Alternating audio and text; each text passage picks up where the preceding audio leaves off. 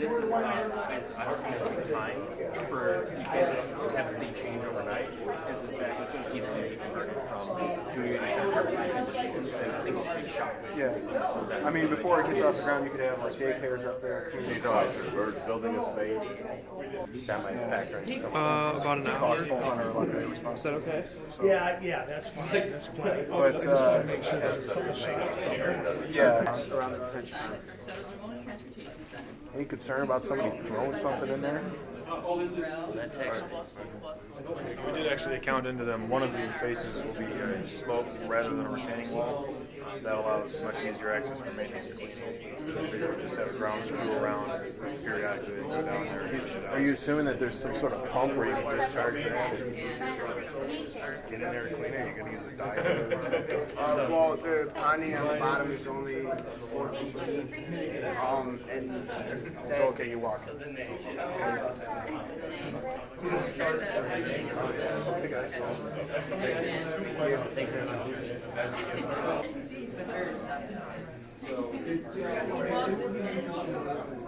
oh, I'm sorry. No offense. I'm just trying to attack Kirby as much as I can. Sorry.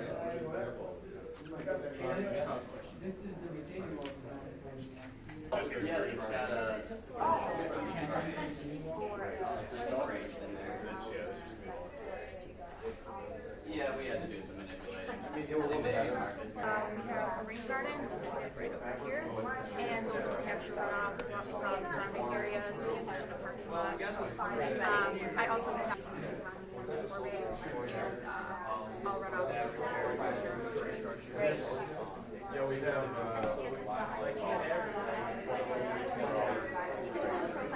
For the logistics? Well, actually, the big thing was the transportation, or the maintenance and traffic, which we also produced with the transportation engineer, which produced. Make sure that we had a continuous flow of traffic since we're located in such close proximity to the University of Michigan Medical Campus that emergency response vehicles have access. Run the department. You run it. It's your department. Okay. So, what is the event tonight? Yeah, well, we got today. It's the poster presentation of the capstone project in civil engineering, and this is basically when they are about to finish the project that they have been working on for a year. And this is the time when we got the advisory board meeting and people from the industry coming and evaluating their projects, actually evaluating the posters that they have for the projects. 2 weeks from now, we're going to have their final presentations in which they consider the feedback that they get from the industry and from the advisory board, and they will present their final presentations 2 weeks from now. Yeah, what they do is they form a team. Okay, this is in civil engineering, and they work 1 year. The team comprises the different subdisciplines in civil engineering, like geotechnical, structural, construction, and each student plays a role.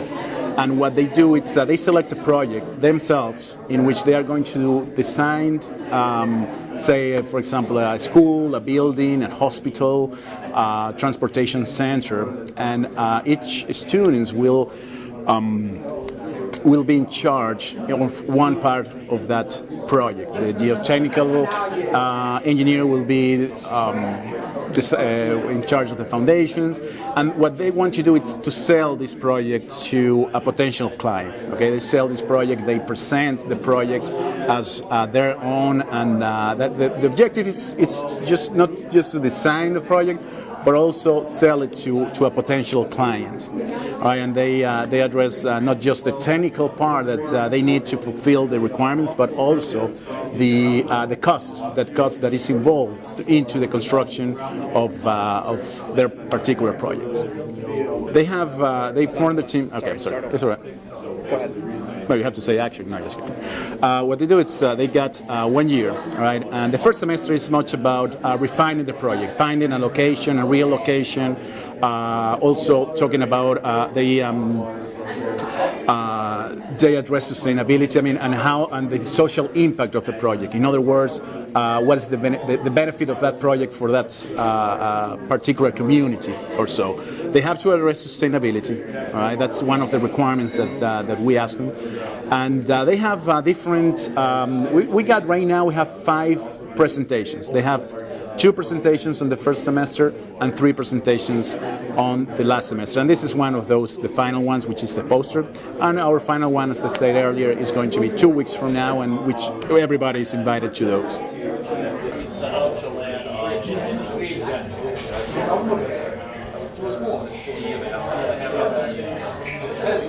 Although you have some technical groups.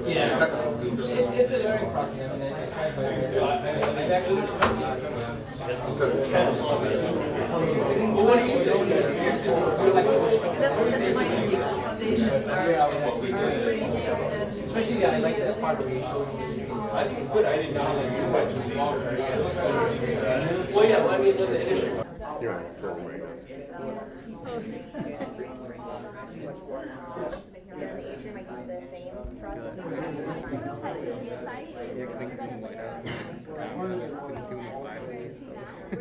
It makes sense. At this point, a good starting point would be to discuss with Neil our treatment train diagram, and then we can kind of walk you through our project. All right. Yeah, so the wastewater treatment plant treats 50 million gallons a day, average. It's a typical activated sludge. The bar screen channels, the grid chamber, the primary settling tank, aeration tanks, and the secondary settling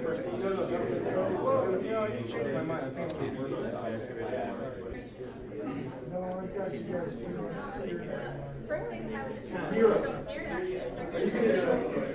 there's a manufacturing facility, well, a lot of trucking traffic coming through here, dropping off material, picking up products, And all the maintenance there, and in between is they have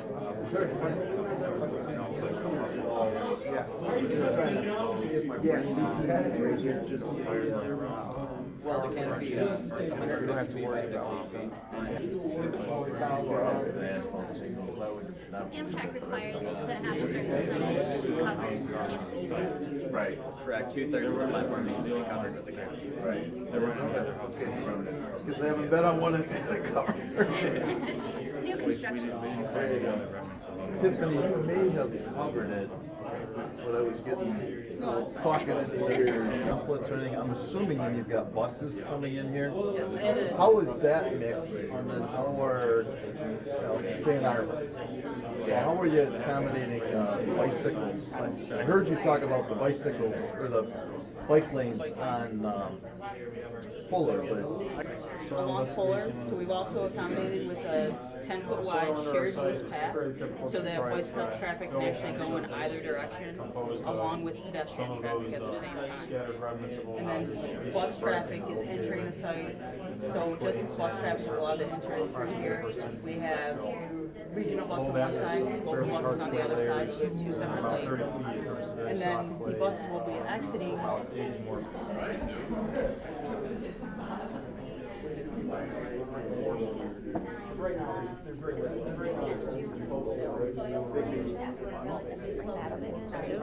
Obviously, we would have to have a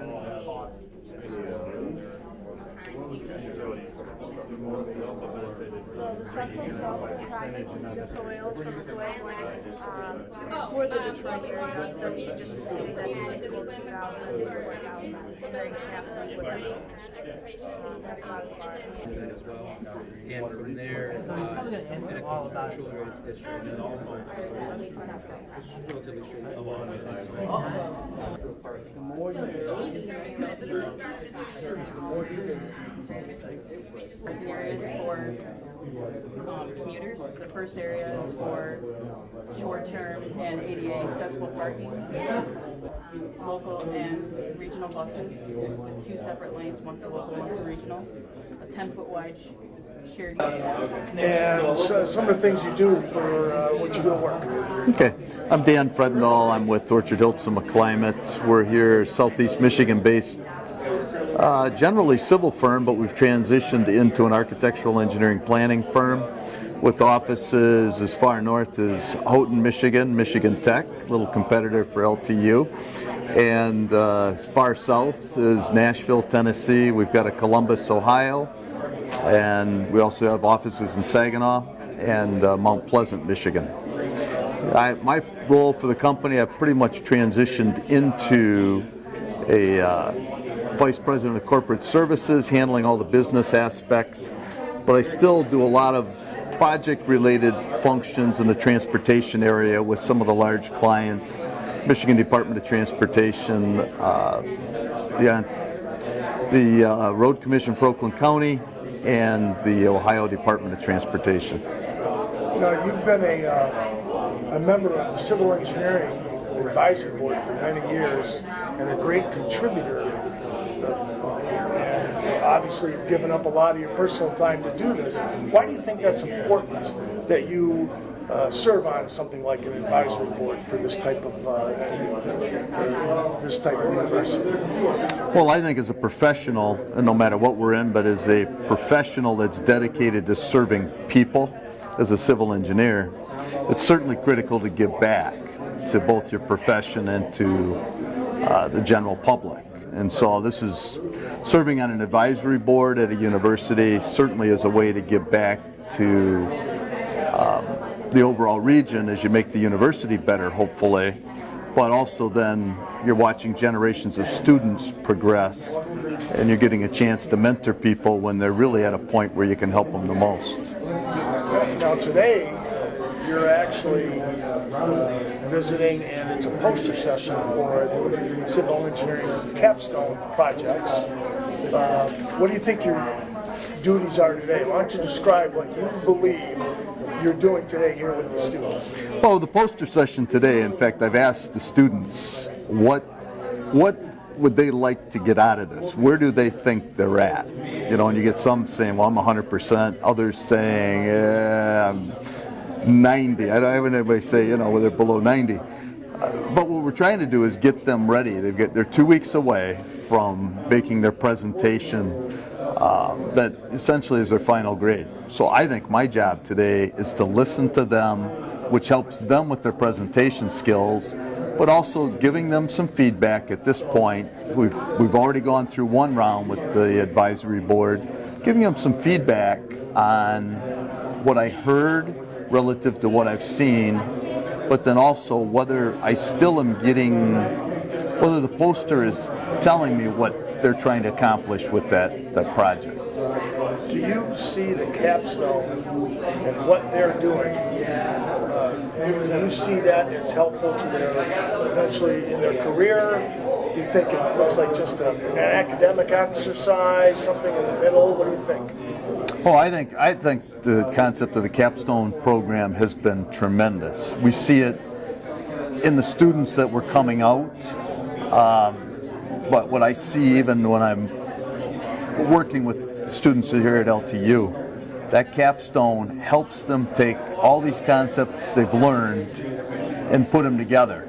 And the other thing that truly comes out, and you may not see it here towards the end of the semester, but early on when you're talking to the students, you get the sense of some of that frustration that when you're working with a client out in your professional side, they don't always know what they want. And you have to work to draw it out, or you end up trying an idea, and that idea, you know, takes you to a dead end, and you've got to back up and then move forward again. And that real life, it's not real life experience, but it's much closer than they're getting in the everyday classroom. Do you feel that the students you've spoken to so far, do you feel that they've cultivated the skills to interview well and to maybe bring into their first job? Do you think they're ready to start acting as junior engineers? Well, Professor Toko, I think you and I have had this conversation before, and you've reminded me that in the midst of all these great students that LTU has, we do have C students, and just as we have people in life that are going to be at different different levels within their profession. You're seeing that comes out. But in general, yes, these students, they're ready to interview. And certain students are going, you can tell, are going to be in 5 years will be at a different spot than other students. But clearly, yes, those skills are there. And the thing that I've seen too over time, and the feedback, it's not just the advisory board, but staff, the faculty, students we're seeing today versus students we're seeing 10 years ago, those presentation skills, the conceptual skills on having to deal with various members, problem-solving skills, I think they're farther along than certainly I was 30 years ago, but even those students that came out 10 years ago are not where these students are today. So, you're doing what should be done at a university. You're building on. You continue to build. I sent an email to Nishanta saying, hey, what's the scoop? Yeah. So he updated me. Okay. Yep. I went to Lansing and met with is it CE? What's the Association for Engineering Consultants? ACEC. ACEC. I met with those people there to ask them if they hosted on their website, if we did online stuff. They're all for it, interested. Yeah. Thought it was a great idea. I asked from MDOT informing us of 3 training classes that they're doing for different GeoPack modules. And I thought, oh, that's great. And then they immediately sent up a follow-up email that said, oh, we're sorry, this is just internal. This isn't for the consultant community. Okay. Well, at least they're doing it. I mean, Nishantha? Did you get an email from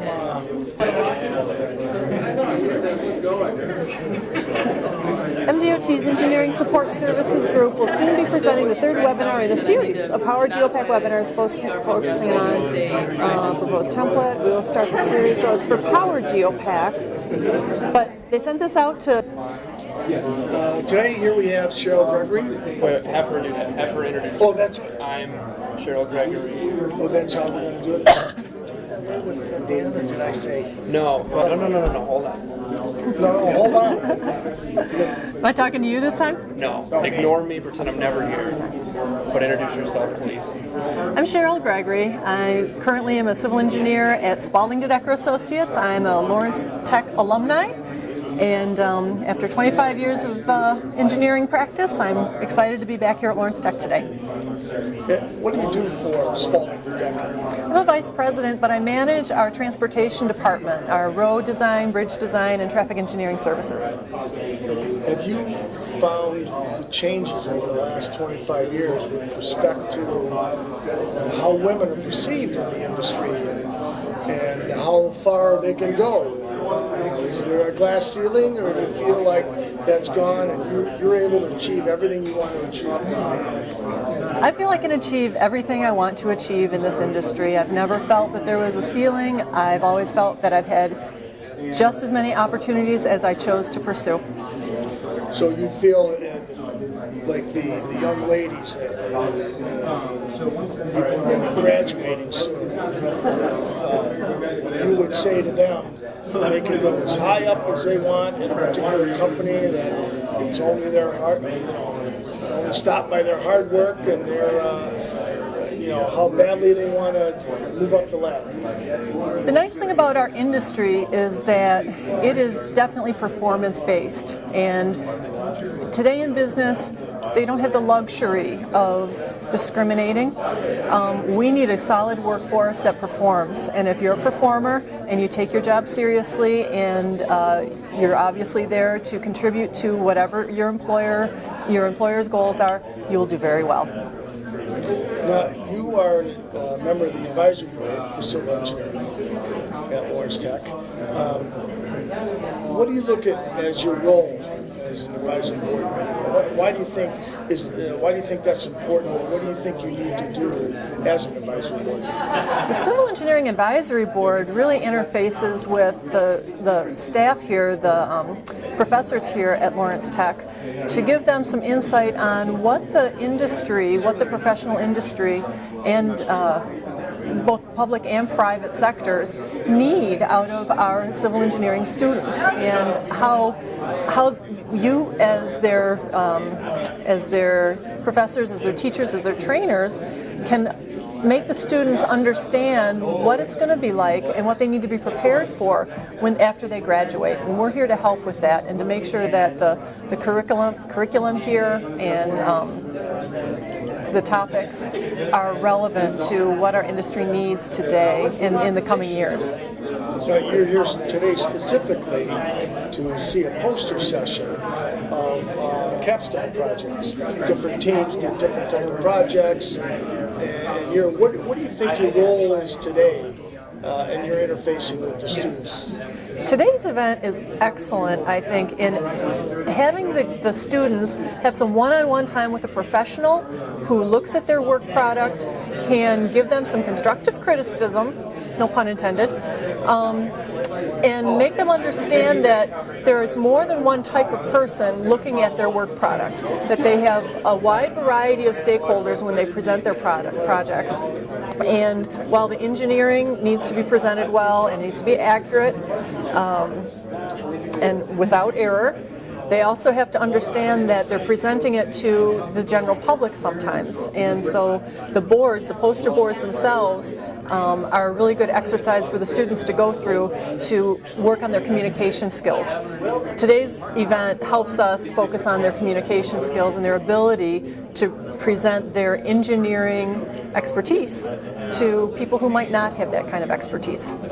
So, you as a professional looking at soon-to-be engineers, do you,